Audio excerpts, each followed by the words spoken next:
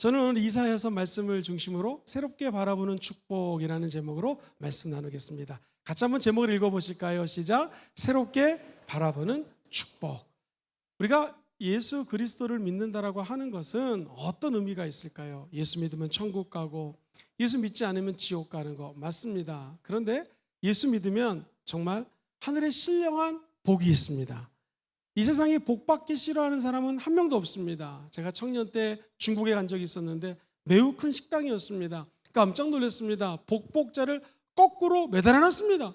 사장님께 여쭤봤죠. 왜 복복자를 거꾸로 써놨냐 했더니 사장님 말씀이 지금도 기억납니다. 자기들이 복은 하늘에서 내려오는 것을 믿는데요. 그래서 거꾸로 붙여놓으면 복이 떨어질 거라고 생각해가지고 그 복복자를 붙여놨다는 것입니다. 누구나 다 복을 받기 원합니다. 자, 과연 예수 그리스도를 믿는 사람들이 바라봐야 될 축복 어떤 것일까요? 세 가지를 나누겠습니다. 첫 번째, 성경에서 말하는 축복. 축복의 본질이 무엇인가? 성경에서는 구약, 신약, 축복에 대해서 끊임없이 말씀을 합니다. 특별히 구약 성경은 이 축복을 바라크라고 하는 단어를 썼는데, 축복이라고 하는 것은 하나님과의 친밀함을 통해서 주님이 부어주시는 은혜입니다. 그러니까 예를 들면 창세기 5장 24절에 보면 구약에서 태어났다 죽고 태어났다 죽고 계속 5장이 반복되는데, 유독 에녹이라고 하는 사람에 대해서 설명하면서 에녹이 하나님과 뭐 했어요? 동행했습니다. 하나님이 그를 데려가심으로 죽음을 맛보지 않고 세상에 있지 않고 천국에 갔다. 이 하나님과 동행했다는 얘기가 두 번의 연속으로 나옵니다. 동행이라고 하는 것은 한번 원래 원어로 찾아봤더니 하나님과 함께 걸었다라는 것입니다. 산책했다라는 거예요. 아빠 엄마의 손을 잡고 걸어가는 아이들처럼 에녹은 하나님 아버지의 손을 잡고 걸어갔다. 이게 동행입니다. 저와 여러분들이 이 땅에 살면서 진정한 구약에서 얘기하는 축복을 받아 누리려면 성령님과 동행하셔야 됩니다. 함께 걸으셔야 돼요. 이 말은 무슨 일을 하든지 하나님과 가까이 붙어 있으라는 것입니다. 그리고 내 뜻이 있고 하나님의 뜻이 있었을 때에 내 뜻을 던져버리고 하나님의 뜻, 옳은 길을 하나님의 손을 잡고 걸어가라는 것입니다. 그러면 저와 여러분들도 하나님이 예비해 놓은 모든 복을 받고 누리게 된다는 것이죠. 다시 말해서 구약에서 얘기하는 복은 하나님과의 친밀감이에요. 똑같은 이야기가 창세기 6장 9절에 보면은 노아라고 하는 사람을 통해서 나옵니다. 에녹이 65세에 무두셀라를 낳았는데 무두셀라가 969년을 살다가 죽습니다. 그리고 그 다음에 노아의 홍수가 터지게 되죠. 그때 방주를 순종해서 만들었던 노아도 하나님 보시기에는 의인이고 하나님과 늘 동행했던 사람이다. 즉 진짜 축복은 하나님과 동행하는 것입니다. 시편 기자는 25편 14절에 이렇게 노래를 합니다. 야훼의 친밀하심이, 도대체 그 친밀하심은 어떻게 우리 가운데 임하는 것인가? 하나님을 경외하는 자들에게 저 친밀함이 있습니다. 오늘 이 예배를 드릴 때 우리가 하나님과 친밀해지시는 거예요. 그러면 하나님은 저와 여러분들에게 이 말씀 그대로 그의 언약을 그들에게 보이시리라. 하나님의 언약이 주님이 예비해 놓은 축복입니다. 저와 여러분들이 영혼이 잘 되기를 원하시고 범사가 잘 되기를 원하시고 강건하시기를 원하십니다. 그 언약을 하나님을 경외하는 자들에게 친밀하게 하심으로 말미암아 이루어주신다는 것이에요. 시편 기자는 84편에 이렇게 노래를 합니다. 주의 궁정에서의 한 날이 다른 곳에서의 첫날보다도 나은즉 악인의 장막에 사는 것보다 내 하나님의 뭐로 있는 것이 더 좋아요? 성전에 문지기로 있는 것이 더 좋습니다. 11절 야훼 하나님은 해요 방패시라. 야훼께서 은혜와 영화를 주시며 정직하게 행하는 자들에게 좋은 것을 아끼지 아니하실 것임이니라. 할렐루야. 그 다음 같이 읽어봐요. 시작. 만군의 야훼여 주께 의지하는 자는 복이 있나니라. 성전에 나와 예배드리며 주님을 의지하는 자에게는 하늘의 신령한 복을 부어 주신다라는 약속입니다. 아예 신명기 28장 1절부터 14절을 나중에 쭉 읽어보시면은요, 말씀을 삼가 듣고 내가 오늘 너에게 명령하는 그의 모든 명령을 따라 지키기만 하면 들에 나가서도 복을 받고 들어와서도 복을 받고 하는 일에 복을 받고 자녀가 복을 받고 영혼도 잘 되게 되고 만복이 깃든다라는 것입니다. 구약에서 얘기하는 축복은 하나님의 음성을 듣고 하나님과 깊은 관계를 맺는 자들에게는 신령한 은혜와 복을 부어주신다라는 거예요. 근데 우리 인간이 약합니다. 연약해요. 그래서 주님의 말씀을 따르고 싶지만 연약함 때문에 죄를 짓습니다. 그러면 우리 주님이 또 용서해 주시고 회개한 자를 안아주시지만 또 죄를 짓습니다. 이게 반복이 되는 것이죠. 그래서 신약에서 이야기하는 복은 무엇인가? 예수 그리스도가 저와 여러분을 위해서 십자가에서 죽으시고 부활하셨습니다. 그리고 세상 가장 높은 곳에서 낮은 곳으로 오신 예수님이 저 깊은 죽음의 음부까지 내려가십니다. 낮아질 대로 낮아지신 것이죠. 그리고 저와 여러분들에게 새 생명을 주셨습니다. 이것을 우리는 신약에서의 축복이라고 그래요. 신약의 모든 축복은 예수님 안에서 받는 복이 되는 것입니다. 내가 죄를 졌다 할지라도 구약에서는 한참 동안 제사를 지내야지만 내 죄가 용서되었는데 이제 예수 십자가만 바라보면 그 죄가 크든 작은 죄든 우리 주님이 용서해 주시는 거예요. 그래서 진짜 용서는 악한 우리가 악해서 약해질 수밖에 없는데 악한 우리, 약한 우리를 십자가의 은혜로 도와주신다는 것입니다. 에베소서 1장 3절은 하나님을 찬송하는 이유가 무엇인가? 같이 읽어보죠. 시작. 찬송하리로다. 하나님 곧 우리 주 예수 그리스도의 아버지께서 그리스도 안에서 하늘에 속한 모든 신령한 복을 우리에게 주시대요. 누구 안에서 하늘의 신령한 복을 줘요? 예수 그리스도 안에서 하나님께서 예배해 놓으신 신령한 복을 주신다라는 것입니다. 사랑하는 성도님들, 우리는 이 구약에서 얘기하는 하나님과의 친밀감, 신약에서 얘기하는 십자가를 통한 예수 그리스도의 새 생명 주시는 축복, 이것 때문에 평안을 누리고 샬롬 인생을 살아간다는 것입니다. 거저된 것이 아닙니다. 구원은 믿기만 하면 예수님이 우리 안에 들어와서 구원이란 선물로 은혜로 주십니다. 거저 주십니다. 그런데 만약 여러분 가운데 자녀들이 있다고 생각해 보십시오. 그 자녀를 죽여야 되는 상황입니다. 동영상 보시면은 이 기차를 지키는 아저씨가 있었습니다. 아들이 뛰어놀고 있어요. 예정보다 기차가 일찍 들어옵니다. 철로를 눕혀야지만 기차가 지나가는 거예요. 아빠는 이때 철로를 눕혀서 밑에서 놀고 있는 아기를 죽일 건가, 아니면 기차 안에 있는 수많은 사람들을 살릴 건가 고민합니다. 결국 아빠는 기차의 레일을 내리면서 자녀를 죽입니다. 그리고 수많은 사람들을 살립니다. 그것처럼 우리가 우리 자식을 죽인다면 여기서 기뻐할 사람 하나도 없을 것입니다. 예수님은 어떤 분이신가? 하나님이 저와 여러분을 이처럼 사랑하사 독생성자 예수님을 보내주셨습니다. 그리고 우리 예수님이 십자가에서 죽습니다. 하나님 아버지는 자기 아들을 아끼지 않고 저와 여러분들에게 주신 분이십니다. 그렇다면 자기에게 간구하는 모든 분들에게 어찌 축복을 주지 않겠습니까? 문을 두드리라 열릴 것이다. 이것은 끝까지 기도하는 자에게 결국 응답을 주신다는 것입니다. 그리고 찾고 찾으라 너희가 찾을 것이다. 하나님을 찾고 찾으며 만나주실 것이고 그의 나라와 그의 의를 구하면 모든 것들을 더해주신다는 거예요. 결국 두드리면 열리고 찾으면 찾게 되어 있고요, 기도하면 응답을 받는 복을 부어주신 것입니다. 왜? 저와 여러분을 너무너무나 사랑하시기 때문에 주님은 지금도 은혜와 축복을 예배해 놓으셨다는 것이죠. 예수님 보십시오. 하나님과 동등됨을 취하지 않고 우리 예수님이 낮아지셨습니다. 그리고 어디까지 낮아지셨는가? 저 죽음의 음부까지 내려가셨습니다. 우리 주님 말씀하시죠. 내가 다 이루었다. 뭘 이루었습니까? 내 힘으로 할 수 없는 모든 축복들을 우리 예수님이 다 이루어 주셨다는 것이고요. 예수님이 고난을 피하기 위해서 주여 겟세마네 동산에서 기도하십니다. 이 잔을, 죽음의 잔을 지나가게 도와주시옵소서. 우리 주님의 기도는 바뀌기 시작합니다. 내 뜻대로 마시고 하나님의 뜻대로 하옵소서 하면서 십자가를 지십니다. 그런데 그 십자가의 고통이 얼마나 극심했는지 우리 예수님, 나의 하나님 어찌하여 나를 버리시나이까 라고 절규하십니다. 영어 성경에 보면 My God, why have you forsaken me? 나를 왜 이처럼 처참하게 던져버리십니까? 나를 왜 이 죽음의 골짜기로 향하게 하십니까? 라는 절규입니다. 우리 주님의 이 눈물의 절규가 있었기 때문에 저와 여러분들은 더 이상 저주가 없고 하나님 주신 은혜의 세계로 들어갈 수가 있는 것입니다. 이것이 축복입니다. 이것이 하나님이 저와 여러분들을 위해서 예배해 놓은 신약적인, 신약 성경에 나오는 축복이라는 것이죠. 그래서 말 그대로 사랑하는 자여, 하나님이 세상을 이처럼 사랑하사 저와 여러분들에게 선포하는 것입니다. 사랑하는 자여, 네 영혼이 잘됨 같이 범사가 잘되고 강건하기를 내가 간구하노라.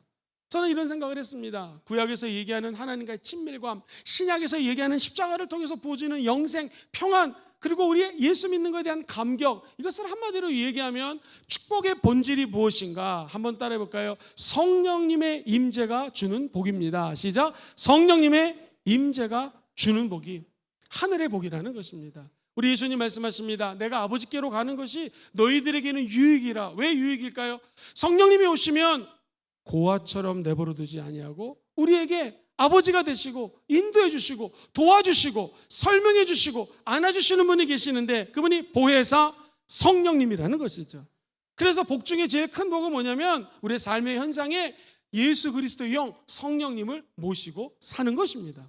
구약에서의 복이 아브라함의 복이라면 창세기 15장 1절 이후에 야훼의 말씀이 한 환상 중에 아브라함에게 임하여 이르시되 아브라함아 두려워하지 말아라 나는 내 방패요. 왜 지극히 큰 상급이다. 우리 하나님이 아브라함에게 건강 주십니다. 물질 주셨습니다. 자녀 장수하게 했습니다. 번영하게 했습니다. 그리고 성공하게 했어요. 세상 사람들이 얘기하는 모든 복을 받았습니다. 구약에서 얘기하는 바라크 하나님과의 관계가 설정된 자들은 이런 축복을 받습니다. 신약의 축복은 무엇일까요? 야훼 하나님이 십자가를 통하여 저와 여러분들을 끝까지 보호해 주시는 것입니다. 그리고 샬롬 평강을 주셔서 눈에 보이는 축복만이 아니라 내면의 평강과 기쁨을 주신다는 거예요. 우리 하나님이 모세에게 모세야 너는 아론과 제사장들에게 가가지고 이렇게 얘기하라. 이스라엘 백성들을 축복할 때 이렇게 축복하라 하면서 축복문을 만들어 주셨습니다. 그 말씀이 민수기 6장 24절 이하에 나와요. 야훼는 너에게 뭐를 줘요? 복을 주신다는. 순복음에서 얘기하는 복은 이 바라크 복입니다. 첫 번째 너를 지키시기를 원한다. 이 땅에 살면서 누리는 복이 무엇인가? 주님이 저와 여러분들을 지켜주시는 거예요. 지켜준다는 것은 원래 히브리 말로 울타리를 만들어준다는 것입니다. 여러분 동물을 지키고 키우는 사람들은 울타리가 얼마나 중요한지 압니다. 닭을 키울 때, 양을 키울 때 적으로부터 보호할 수 있는 울타리가 필요합니다. 우리의 양이 밖으로 도망가면 안 되기 때문에 울타리가 필요합니다. 주님이 복을 주신다는 것은 우리를 울타리 쳐주셔서 선을 만들어준다는 거예요. 내가 너를 지명하여 불러나니 너는 내 것이라. 세상 것이 아니라 내 안에 있는 내가 너의 목자가 되고 주님이 나의 목자시면 내가 부족함이 없으리로다. 이것이 축복입니다. 하나님이 나를 구별하여 불러주셔서 자녀 삼아주셨기 때문에 내 앞길에 모든 것들을 다 예비해 놓으셨습니다. 하나님이 주신 축복은 너를 지켜주시는 것, 울타리를 만들어주시고 사업을 할 때 누구를 만나든지 너는 내 것이기 때문에 절대로 이 울타리를 벗어나지 아니하는 하나님의 참된 복을 부어 주신다는 것이죠. 그리고 우리 주님은 이렇게 축복하라고 말씀하십니다. 25절에 야훼는 그의 얼굴을 너에게 비추사. 여기서 비추다는 것은 오르라는 히브리 말을 쓰는데 영광스럽다라는 거예요. 솔로몬 성전에 하나님이 임하자 큰 빛이 임했던 것처럼 얼굴을 너에게 비춰주사. 두 번째 줄 읽어봅시다. 시작. 은혜 베푸시기를 원하노라. 여기서 이 은혜라는 말은 히브리 말로 하나님이라는 뜻인데 이게 뭐냐면 허리를 굽히다라는 뜻이에요. 세상에 하나님이 저 높고 높은 보좌에 계시는데 우리 인간들을 향하여 허리를 굽혀서 낮췄다라는 것입니다. 어린 아이에게 안수할 때는요, 어른들은 이렇게 안수하지만 아이들에게는 제가 무릎을 꿇고 안수해야 됩니다. 그래야지 아이가 제 얼굴을 볼 수가 있습니다. 이렇게 서서 기도하면 다리밖에 안 보입니다. 마치 목사님의 아이들 수련회 때 안수할 때는 유치부 아이들 무릎을 꿇고 안수를 해주는 것처럼 하나님이신 예수님이 이 땅에 허리를 숙이시고 하늘 영광 버리고 인간의 모습으로 낮아지셔서 오셨다는 것입니다.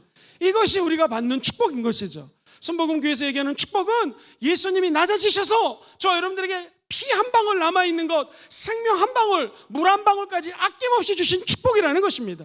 이것을 받아들이는 자는 은혜로 영생을 얻는 것이고 마음의 평안과 기쁨을 누리며 살아갈 수가 있는 것이죠. 계속해서 성경 말씀해 보면 이렇게 축복하라. 26절에 야훼는 그 얼굴을 너에게로 향하여 드사 무엇을 주기를 원하여? 평강 주기를 원하라. 이 평강이 저와 여러분들이 너무나 잘 아는 샬롬입니다. 샬롬이라는 축복은 이 세상에 좋은 거를 다 갖다 놓은 거예요. 아침에 일어났는데 안녕하세요, 샬롬입니다. 히브리 사람들은 아침에 일어나면 만나면 샬롬이라고 얘기를 해요. 평강이죠. 어제 죽지 않고 살아서 예배당에 나오신 분은 손 들어보세요. 이게 다 샬롬 축복입니다.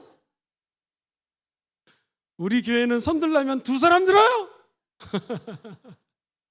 사랑하는 성도님들, 적이 우리나라를 침범할 수가 있는데 하나님의 은혜로 우리나라를 침범하지 않고 안전해요. 이것도 샬롬입니다.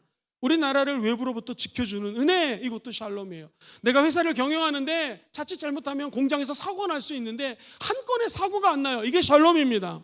예를 들면 공정이 11공정이 있어서 처음에 뭐 조립 제품을 마치고 6번째 공정부터 쭉 11번째 공정을 나가는데 나사 하나만 잘못 박혀도 내가 만들고자 하는 제품이 이게 불량품이 나와요. 근데 왜 은혜입니까? 착착착착착 진행이 돼서 내가 원하는 제품이 끝까지 나왔다면 이게 바로 샬롬, 하나님의 은혜인 것이죠.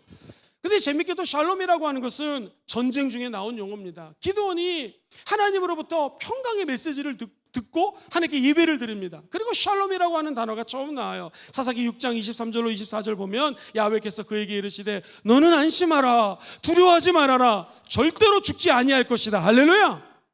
기드온이 야훼를 위하여 거기서 제단을 쌓고, 구약에서 제단을 쌓는다는 것은 예배를 드리는 거예요. 예배를 드리고 그것을 야훼 샬롬이라 하였더라. 그것이 오늘날까지 아비에셀 사람에게 속한 오브라에 있더라. 사랑하는 성도님들, 혹시 마음이 힘들고 어렵고 미래에 대한 불안감이 찾아올 때가 있습니까? 주님 말씀하십니다. 두려워하지 말아라, 걱정하지 말아라. 너 절대로 이 세상에서 죽지 않는다. 나는 왜 금수저로 태어나지 않았을까? 전혀 상관이 없습니다. 금수저건 은수저건 흑수저건 다이아몬드 수저건 상관이 없고 너는 내 것이라. 내가 예비한 축복을 미래에 준비해 놓았노라. 여러분, 우리 주님의 음성 듣게 되기를 주의 이름으로 축원드립니다. 언제 이 음성을 들어요? 제단을 쌓을 때, 즉 예배 드릴 때 하나님의 음성을 듣게 되는 것이고 하나님의 영광이 그 가운데 임재한다는 것입니다. 그게 축복 중에 제일 큰 샬롬의 축복입니다. 사랑하는 성도님들, 천국 가는 날까지 이 세상에서 제일 큰 축복은 물질이 생겼어요. 아파트가 20평인데 40평으로 옮겼습니다. 우리 자녀가 좋은 대학교 들어갔습니다. 다 축복이죠. 가장 큰 축복은 여러분과 여러분 가정, 아니 우리 교회에 하나님의 영이 충만하게 임해서 우리와 함께 동행하는 것입니다. 그러면 친밀감도 임하게 되는 것이고 성령님은 자기를 주장하지 않고 예수 그리스도에 대해서 말씀하십니다. 그러므로 성령 충만한 자, 성령의 임재를 체험하는 자들은 예수 안에 들어가서 하늘에 예비되어 있는 신령한 복을 누릴 수가 있는 것입니다. 그리고 그 복을 나눌 수가 있는 것입니다. 우리 주님 말씀하십니다. 오늘 본문 이사야 43장 18절에 너는 이전 것을 기억하지 말고 옛날 일을 생각하지 말아라. 성경적인 축복은 무엇입니까? 축복의 본질은 하나님과 동행하는 것입니다. 두 번째, 저와 여러분들이 2024년 후반전을 뛰면서 하나님의 축복받기 원하시면 아멘 해볼까요? 두 번째는 이전 일 잊기. 시작. 이전 일, 이전의 일을 잊어버리라는 거예요. 오늘 이 말씀은 사실 이스라엘 백성들이 출애굽하면서 홍해를 건넙니다. 주님 말씀하시기를 너 홍해 걷는 것, 이거 홍해를 건너버린다는 것은 영적으로 구원받은 거거든요. 네가 지금까지 신앙생활하면서 예수 믿고 구원받았는가? 그러면 그것까지도 너희들은 기억하지 말고 잊어버려라. 이 말의 핵심은 뭐냐면 구원받은 감격을 잊어버리라는 것이 아니라 이제 광야를 지나 요단강을 넘어가면 젖과 꿀이 흐르는 가나안 땅이 있다는 것이에요. 그래서 너의 미래를 기대하라는 것입니다. 지금까지 생각하지도 못한 일들이 벌어질 것이니까 이전 것은 잊어버리고 새로운 것을 기대하며 하나님께 나아가라는 것입니다. 얼마만큼 기대해야 될까요? 19절에 보라, 내가 새 일을 행할 것이다. 저와 여러분과 이 교회 하나님께서는 새 일을 행하실 것입니다. 이제 내가 너에게 나타날 것이라. 너희가 그것을 알지 못했느냐? 반드시 얼마나 큰 기적이 일어나는 것인가? 내가 광야에다가 길을 낼 것이고 사막에다가 강을 낼 것이다. 할렐루야. 20절 한번 읽어볼까요? 시작. 장차 들짐승 곧 승냥이와 타조도 나를 존경할 것은 내가 광야의 물을 사막의 강들을 내어서 내 백성 내가 택한 자에게 어떻게 해요? 마시게 할 것이다. 이 놀라운 기적입니다. 하나님이 역사하시면 사막에서도 길을 만들어 버리시고 광야에서도 물을 만들어 버리시고 강을 만들어서 저와 여러분들에게 먹여주신다는 것입니다. 그럼 우리는 고백할 수 있죠. 야훼는 나의 목자시니 내게 부족함이 없습니다. 사망의 음침한 골짜기를 다닐지라도 해를 두려워하지 않습니다. 주님이 나를 선하심과 인자하심이 끝까지 나를 따르리니 내가 야훼의 집에 영원히 거할 것입니다. 할렐루야. 오늘 피곤한 자에게는 능력을 주며 독수리 날개쳐 오름같이 새 힘을 주는 역사가 과거의 것을 잊어버리시고 목표를 향하여 표대를 향하여 예수 십자가를 향하여 달려가는 여러분들의 임하기를 주의 이름으로 축원드립니다. 우리 주님은 일을 행하시는 하나님이십니다. 우리 주님은 일을 만들어내시고 일을 성취하시는 하나님이십니다. 우리가 할 일은 주님 앞에 나와 기도하고 부르짖는 것밖에 없는 것이죠. 주님 말씀하십니다. 예레미야 33장 2절 같이 읽어보죠. 시작. 이를 행하시는 야훼, 그것을 만들며 성취하시는 야훼, 그의 이름을 야훼라 하는 이가 이와 같이 이르시도다. 너는 내게 부르짖으라. 내가 내게 응답하겠고 네가 알지 못하는 크고 은밀한 일을 보이리라. 할렐루야. 주님은요, 사랑하는 사람들을 위하여 예비해 놓은 것을 눈으로 보지 못하고 만지지 못하고 귀로도 듣지 못합니다. 왜냐하면 사막에서 길을 내고 사막에서 물을 낼 정도의 신기한 일이 벌어지기 때문에 그렇습니다. 사랑하는 성도님들, 우리는 스가랴가 선포했던 4장 7절 말씀처럼 선포할 수 있어요. 같이 읽어보겠습니다. 시작. 큰 산아, 네가 무엇이냐? 네가 스룹바벨 앞에서 평지가 되리라. 그가 머릿돌 내놓을 때에 무리가 외치기를 은총, 은총이 그에게 있을지어다. 할렐루야. 우리 앞에 있는 문제의 산이 무너지게 되어 있습니다. 우리가 하는 말은 뭐냐면 은총, 은총, 할렐루야. 옆 사람을 마주보시면서 두 주먹을 불끈 쥐고 한번 외쳐보세요. 은총, 은총 있을지어다. 시작. 은총, 은총 있을지어다. 할렐루야. 우리는 주님의 은혜만을 기대하며 나오면 된다는 것이죠. 이것이 예수 믿는 사람들에게 주신 하나님의 축복입니다. 과거의 것을 잊어버리시고 저 큰 산이 무너지는 것을 기대하십시오. 근데 목사님, 알겠습니다. 이전 것은 지나갔고 새 것이 됐는데 왜 나에게는 이렇게 많은 시련이 다가옵니까? 우리 엄마 아빠를 봐도 계속 고통 속에 살고 있지 않습니까? 내 자녀를 봐도 힘든 일이 참 많습니다 라는 질문을 가질 수 있을 거예요. 기대하십시오. 시련 속에서 우리는 축복을 발견하게 될 것입니다. 어차피 누구나 다 시련은 당하게 되어 있습니다. 사랑하는 성도님들, 예를 들면 여러분의 아버지가 부자예요. 엄청나게 많은 상속을 예배놨습니다. 63빌딩, 우리 해운대 앞바다에 있는 LCT라는 거 아세요? 우리 성도들은 잘 관심이 없습니다. 그거를 예배해 놓았습니다. 여러분이 상속자예요. 얼마나 기쁘겠습니까? 그런데 우리는 그런 것에, 그런 축복의 기쁨을 두는 자가 아닙니다. 로마서 8장 17절 같이 한번 천천히 읽어볼게요. 시작. 자녀이면 또한 상속자, 곧 하나님의 상속자예요. 그리스도와 함께한 상속자니 우리가 그와 함께 영광을 받기 위하여 고난도 함께 받아야 할 것이니라. 그렇습니다. 저와 여러분은 세상 사람들의 상속자가 아니라 하나님 아버지의 상속자가 되었습니다. 그렇다면 예수님이 당했던 고난, 비슷한 유형의 시련이 다가와도 우리는 능히 이길 수가 있는 것이에요. 축복은 시련 속에 감춰져 있습니다. 축복은 시련이라고 하는 것을 통해서 열리게 되어 있습니다. 시련은 축복을 부르는 호루라기 후루룩 불면은 그 다음부터 시련을 통하여 축복이 다가오는 것입니다. 그래서 우리가 환난 중에서도 즐거워하나니 환난은 인내를, 인내는 연단을, 연단은 소망을 이루는 하나님의 계획이 그 안에 감춰져 있는 것입니다. 현재의 고난은 장차 다가올 영광과 좋게 비교할 수가 없다라는 것이죠. 그것을 욥은 알았기 때문에 욥기서에서 이렇게 고백하죠. 나의 길 오직 그가 아시나니 나를 단련하신 후엔 내가 순금같이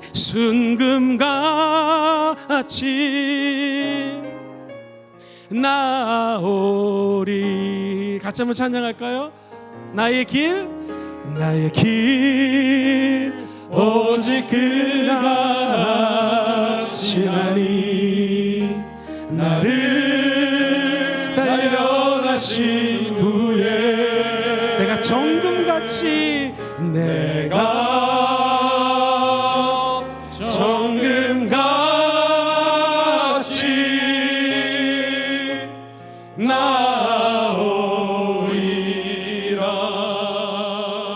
우리를 단련시키십니다. 훈련시키십니다. 시련 속에 빠뜨리십니다. 그런데 하나님은 그 시련을 목표로 하는 것이 아니라 시련 뒤에 감춰진 하나님의 복을 누리며 나누며 체험하기를 우리 주님이 원한다라는 것입니다. 사랑하는 성도님들, 사람이 시련을 당하지 않으면 매우 강해집니다. 목이 곧아집니다. 시련을 당하면 연약해집니다. 삭개오를 보십시오. 그의 강점이 무엇입니까? 그는 세리장이었습니다. 세리 중에 제일 높은 사람, 명예가 있었습니다. 그는 돈이 엄청나게 많았습니다. 중간에서 돈을 착복해서 나라에게 바칠 돈을 자기가 중간에 가져갈 수가 있었습니다. 무척 부자예요. 이게 그 사람의 장점입니다. 단점은 무엇이었습니까? 키가 작습니다. 이 사람의 약점은 예수님을 다 만날 수 있는데 혼자 키가 작아 만날 수가 없습니다. 그때 그는 돌감람나무에 기어 올라갑니다. 그때 우리 주님이 이 삭개오를 만나주십니다. 사랑하는 성도님들, 우리가 강할 때 만나는 것이 아닙니다. 주님은 우리가 시련을 당하고 연약할 때 만나주십니다. 밤새도록 그물을 던져서 배를 잡았지만 할렐루야, 배를 잡지 못합니다. 마음이 급하니까 제가 말을 빨리 하는데 밤새도록 고기를 잡았지만 한 마리도 잡지 못했습니다. 근데 주님은 그 연약할 때 시련을 겪고 고통을 겪고 한 마리 물고기도 잡지 못해서 내 아내는 어떻게 먹여 살리지, 자녀는 어떻게 먹여 살리지, 근심이 있고 시련이 있을 때 너 오른쪽에 그물을 던져봐라. 주님은 말씀하십니다. 그 말씀 듣고 순종하자 153마리 이상의 물고기가 잡힌 거 기억하시기를 주의 이름으로 축원드립니다. 우리도 시련이 있으면 시련을 넘어서 하나님의 축복이 있다라는 것 꼭 기억하시기를 예수님 이름으로 기도합니다. 모세는 왕자였을 때 하나님이 모세를 사용하지 않았습니다. 80살이 되어서 광야에서 언어도 잘 못해서 말이 어눌해졌습니다. 지팡이가 없으면 이제는 살아갈 수가 없습니다. 주님께서는 모세에게 내 인생이 저 가시나무 떨기 같구나 했을 때 백항목에 불이 붙지 않습니다. 내가 꽃보다 아름다울 때 주님의 불이 붙지 않습니다. 가시나무 떨기에 성령의 불이 점화되는 것이죠. 그것은 무엇입니까? 시련을 당하고 고통을 당하고 낮아질 때 성령님이 임재한다는 것입니다. 행여 이 가운데 예배를 드리면서 너무나 큰 시련을 당해서 어려움 가운데 속상한 일이 있어서 예배 오신 분이 계십니까? 여러분에게 오늘 성령의 불이 임하게 될 것입니다. 그리고 우리의 시련을 넘어서 하나님의 축복의 은혜의 세계로 우리를 인도해 주실 것입니다. 사랑하는 성도님들, 기드온을 보십시오. 그는 타작마루에서 다른 사람 몰래 우리 자식들 먹여 살려야 되니까 몰래 타작마루에서 일을 하고 있던 사람입니다. 근데 주님은 그를 큰 용사라고 얘기합니다. 하나님 말이 맞습니까? 기드온이 생각하는 나는 우리 가문 중에서도 제일 작은 사람입니다. 누가 맞습니까? 하나님의 생각이 맞은 거예요. 시련을 당할 때 시련을 당한 나를 보지 마시고 하나님의 부르심을 바라보게 되기를 주의 이름으로 축원드립니다. 사랑하는 성도님들, 우리 순복음 금정교회에서 구름을 보면 엄청나게 아름답습니다. 그런데 어느 날 장마철이 와서 비구름이 몰아칩니다. 시커먼 구름이 있어요. 기억하십시오. 우리 눈에 보이는 저 비구름에게 초점 맞추지 마시고 비행기를 타고 구름 위로 올라가면 태양이 떠 있습니다. 저 여러분들이 기도를 하고 예배를 드리면 저 태양이 있는 하나님의 길까지 올라가게 될 것입니다. 시련을 바라보지 마시고 시련 위에 계시는 하나님을 바라보는 것이 축복이라는 것이죠. 어차피 저와 여러분들에게 시련은 다가옵니다. 그러나 하나님이 함께하면 이 시련은 축복의 전주곡이 될 줄 믿습니다. 어떤 목사님이 설교하는데요, 장갑을 설명하면서 장갑은 손하고 같이 일한다는 것입니다. 혼자 장갑이 무슨 일을 합니까? 의사 선생님 손에 딱 끼우면요, 수술할 때 쓰는 장갑이 돼가지고 사람들을 수술하죠. 목수의 손에 딱 끼게 되면 세상에 아름다운 건축물을 만드는 그런 장갑으로 탄생됩니다. 사랑하는 성도님들, 엄마가 고무장갑을 끼면 깨끗하게 설거지를 하는데 쓰임받는 것이죠. 우리도 마찬가지입니다. 하나님 손에 붙들리면 연약하지만 시련을 당하지만 하나님께 쓰임받는 축복을 받게 될 것입니다. 목사님, 그럼 마지막으로 하나님의 축복이 내 미래에 준비된 걸 알겠는데 이걸 내 현재의 삶에 어떻게 땡겨올 수가 있을까요? 작게 두 가지를 말씀드립니다. 오늘 본문에 보면은요, 하나님이 저와 여러분들을 왜 만들었는가? 같이 한번 21절 말씀을 한번 올려주시겠습니까? 이사야 43장 21절 시작. 이 백성은 내가 나를 위하여 지었나니 나를 찬송하게 하려 함이니라. 하나님이 만든 목적이 뭐냐면 하나님을 위해서 창조하셨고 하나님을 창조하기 위해서, 찬양하기 위해서, 감사하기 위해서 만들었다라는 것입니다. 여기 컵이 있습니다. 이 컵은 물을 담아서 목사님이 마시게끔 만들었습니다. 감사합니다. 근데 이게 금으로 만들어졌다 할지라도 밑에 구멍이 있으면 누가 이거 쓰겠습니까? 물이 철철 흐르니까 안 쓰게 될 것입니다. 컵은 구멍이 나면 안 됩니다. 제가 죄송합니다. 종을 울리겠습니다. 종은 울리기 위해서 만들어졌습니다. 이 종이 다이아몬드로 만들어졌다 한들 울리지 않으면 종이 아닌 것이죠. 그것처럼 하나님이 저와 여러분들을 왜 만들었습니까? 찬양하기 위해서 만들었다는 것. 찬송은 하나님을 자랑하는 것입니다. 하나님께 감사하는 것입니다. 은혜 주신 것이 너무나 감사해서 하나님을 노래하는 것이 바로 찬양이라는 것이죠. 그렇다면 미래의 축복을 당겨오는 방법은요, 지금 저와 여러분들이 하나님을 바라보면서 감사하십시오. 감사하는 마음으로 주님 바라보기. 시작. 감사하는 마음으로 주님 바라보기. 이게 축복의 비밀입니다. 하나님은 감사하는 자를 절대로 버리지 않습니다. 시편 50편 23절에 감사로 제사를 드리는 자가 나를 영화롭게 하나니 그의 행위를 옳게 하는 자에게 내가 하나님의 뭐를 보여줘요? 구원을 보여줘요. 누구에게? 감사로 제사 드리는 자. 구약의 감사로 제사 드리는 것은 신약의 감사로 예배 드리는 것입니다. 감사함으로 예배 드리면 하나님의 손에 붙들려 쓰임받게 된다는 것이죠. 우리 청년 중에 한 청년이 해병대 지원해서 갔습니다. 해병대 얼마나 어렵습니까? 훈련받고 자대에서 부대에서 생활을 하는데 너무나 힘이 들었나 봅니다. 이 청년이 유튜브로 제 설교를 들었어요. 주일날 감사하게 요즘은 예배를 드릴 수 있게 해준다고 합니다. 너무나 은혜를 받은 거예요. 문자가 왔습니다. 목사님, 이런 상황인데 목사님 설교 말씀을 듣고 너무나 큰 은혜를 받아서 마음을 돌이키게 되었습니다. 그 청년이 그냥 일반 청년이었고 풍성한 가운데서 예배를 드렸다면 받지 못할 은혜를 시련 속에 군대에서 어려운 생활할 때 은혜를 받습니다. 그리고 똑같은 환경이거든요. 군대 생활하는데 고참 힘들게 하고 동료들과 어려움이 있고 후배들과의 갈등이 있어서는 똑같은 상황이지만 하나님의 말씀이 맞아 감사로 바뀌게 되고 모든 환경이 감사 때문에 다 예수 그리스도의 능력 앞에 무릎을 꿇게 된다는 것입니다. 감사는 이런 능력이 있습니다. 어떤 권사님이 하루아침에 3가지 문제가 짠짠짠 해결이 됐습니다. 제가 보고받았습니다. 권사님 축하드립니다. 그랬더니 권사님 말씀이 너무나 인상적이에요. 목사님 감사 노트 덕분입니다 그러시더라고요. 그러니까 감사를 계속 하신 거예요. 이 문제가 해결하게 해달라고. 감사 노트에 감사를 적었는데 진짜 어느 날 갑자기 그것도 주일날 3가지 문제가 짠짠짠 해결이 되더라는 것입니다. 여러분 감사는요 미래의 축복을 부르는 호루라기랑 똑같습니다. 오늘 감사하면 미래의 축복이 다가오게 되어 있는 것입니다. 흔들리지 마시고 끝까지 감사하십시오. 지금 왕 외에 다른 신에게 절을 하면 죽이겠다라고 선포를 합니다. 다니엘은 높은 사람이었기 때문에 이미 조서에 왕의 도장이 꽝 찍혀서 법률이 시행된 걸 알았어요. 근데 성경에 보면 다니엘이 이 조서에 왕의 도장이 찍힌 것을 알았습니다. 그런데 자기 집으로 돌아가서는 첫 번째 윗방에 올라갑니다. 여러분 예배 드릴 때 높은 곳으로 올라가기를 주의 이름으로 축원드립니다.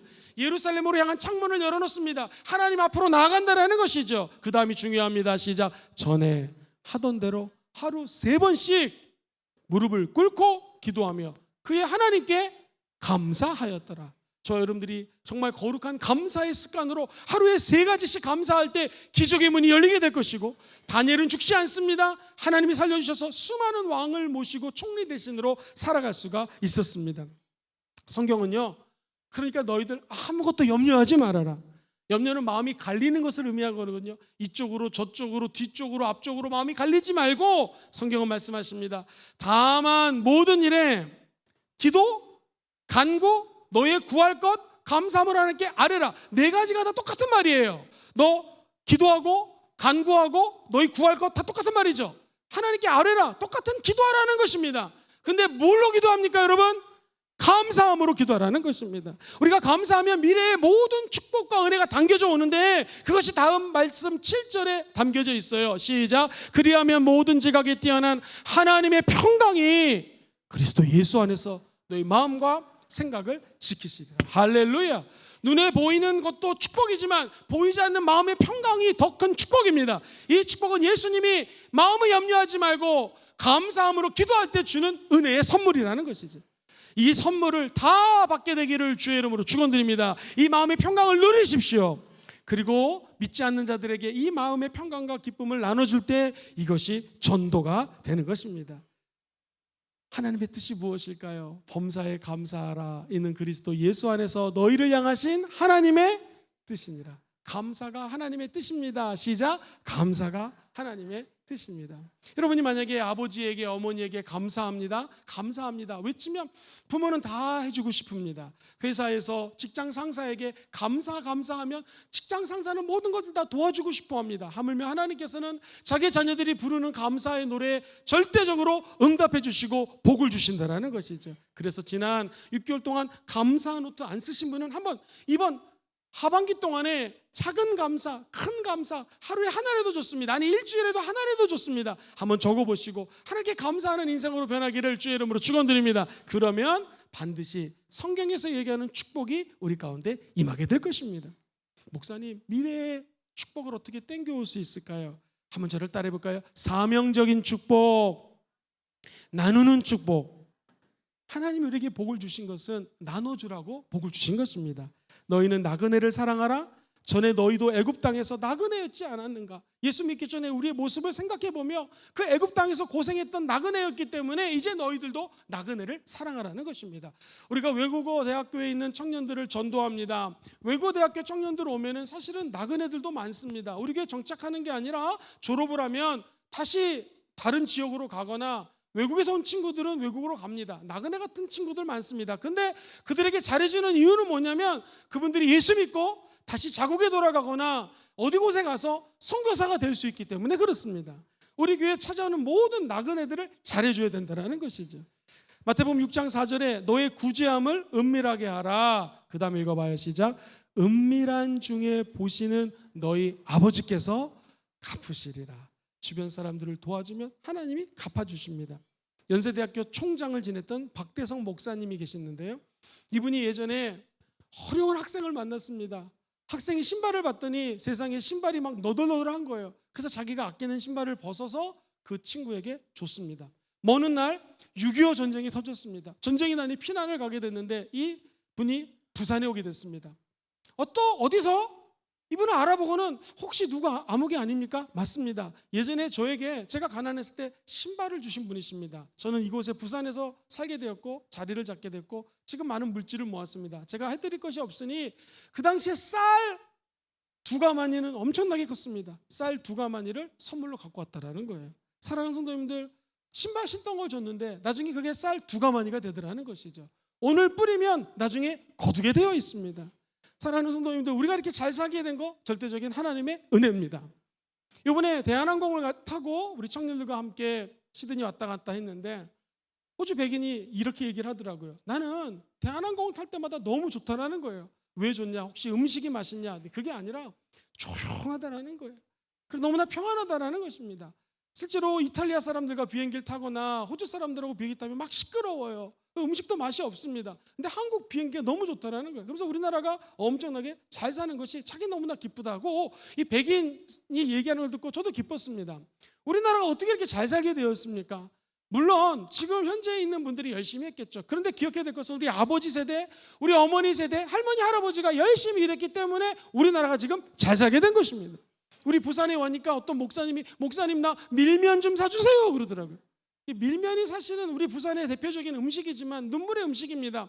북한에서 내려온 6.25 때문에 북한에서 내려오신 분들이 원래 이 모밀냉면을 먹었거든요. 평양냉면, 함흥냉면은 꽝을 잡아서 국물을 내가지고 그 국물에다가 모밀면을 만들어갖고 먹습니다. 맛있겠다. 그런데 피난을 왔는데 세상에 꽝이 어디 있습니까? 그 모밀이 어디 있습니까? 그래서 미국에서 원조한 밀가루를 가지고 그 북한에서 먹었던 맛을 흉내내서 만든 것이 밀면입니다. 그러니까 북한에서 내려오신 분들의 실향민들의 아픔과 눈물을 먹는 것이 밀면이에요. 여러분 이제 또 밀면을 드실 때 울면서 드셔야 됩니다. 우리 선배들의 이러한 아픔과 눈물이 있었기 때문에 조국 대한민국이 이렇게 지금 잘 살게 된 거 아니겠습니까? 할렐루야. 그렇다면 우리가 정말로 하나님께 감사해야 됩니다. 그리고 우리도 정말 좋은 나라를 물려주는 큰 은혜가 있기를 주의 이름으로 축원드립니다. 전도서에 보니 이런 말씀이 나와요. 11장 1절과 2절에 보니 기가 막힌 말씀입니다. 너는 네 떡, 이게 원래는 빵으로 번역되기도 했고 식물이라고 번역되기도 합니다. 어쨌든 네가 지금 먹어야 되는 거, 없으면 못 사는 것, 그 떡을 물 위에 던져라. 여러 날 후에 도로 찾는다라는 것입니다. 7에게나 8에게나 나눠줘라. 왜냐하면 무슨 재앙이 이 땅에 임할지 네가 알지 못한다. 이 떡을 나눠주라고 하는 것은 무슨 말이냐면요, 우리 고대 근동에서 솔로몬이 지은 글이지 않습니까? 솔로몬은 누구보다도 그 나일강이라든가 애굽에 있는 상황을 잘 알았어요.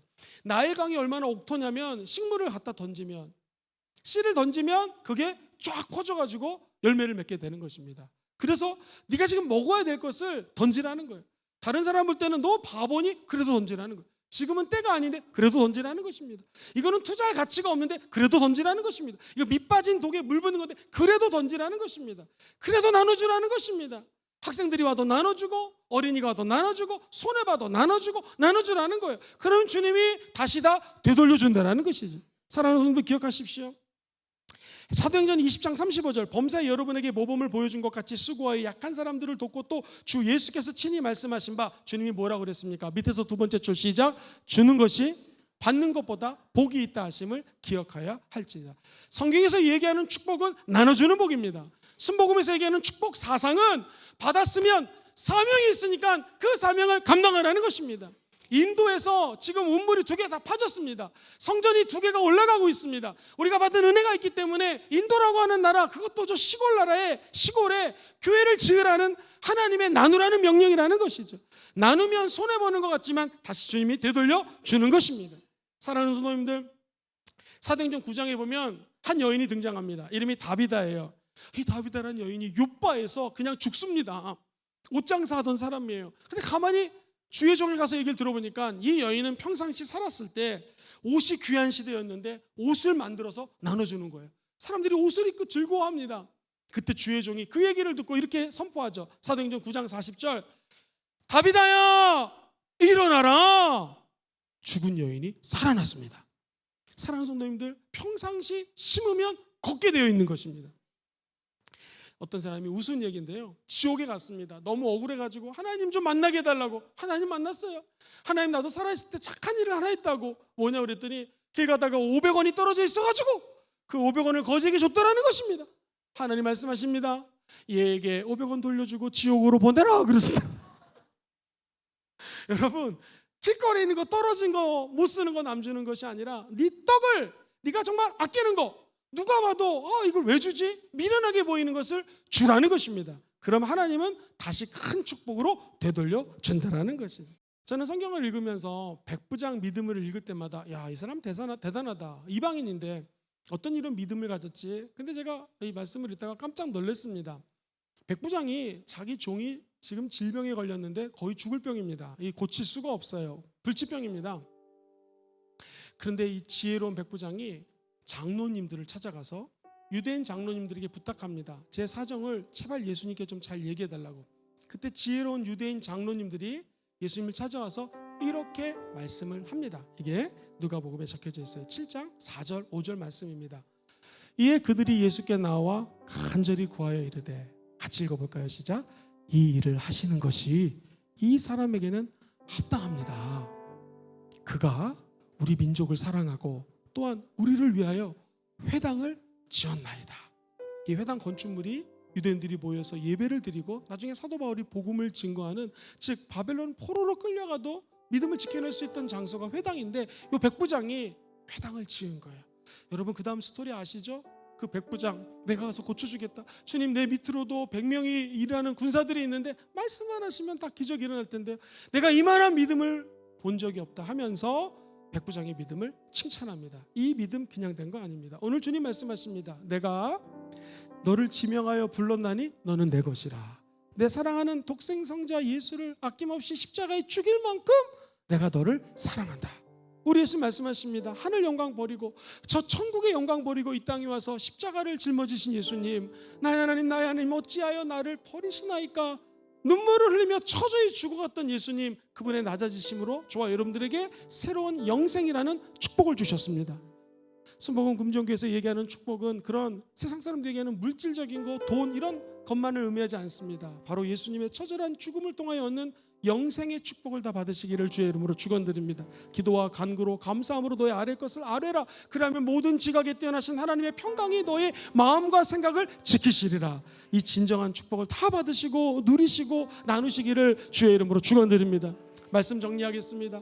도대체 성경에서 얘기하는 축복은 무엇이냐? 구약 하나님과의 친밀감입니다. 신약 예수 십자가를 통하여 주시는 영생과 평안입니다. 내적인 축복이죠. 한마디로 진짜 축복은 성령 하나님이 이 땅에 오셔서 저 여러분 안에 거하시며 함께 하시는 것이 축복의 본질입니다. 천국 가는 날까지 성령 하나님과 동행하시는 이 축복을 놓치지 않게 되기를 주의 이름으로 축원드립니다.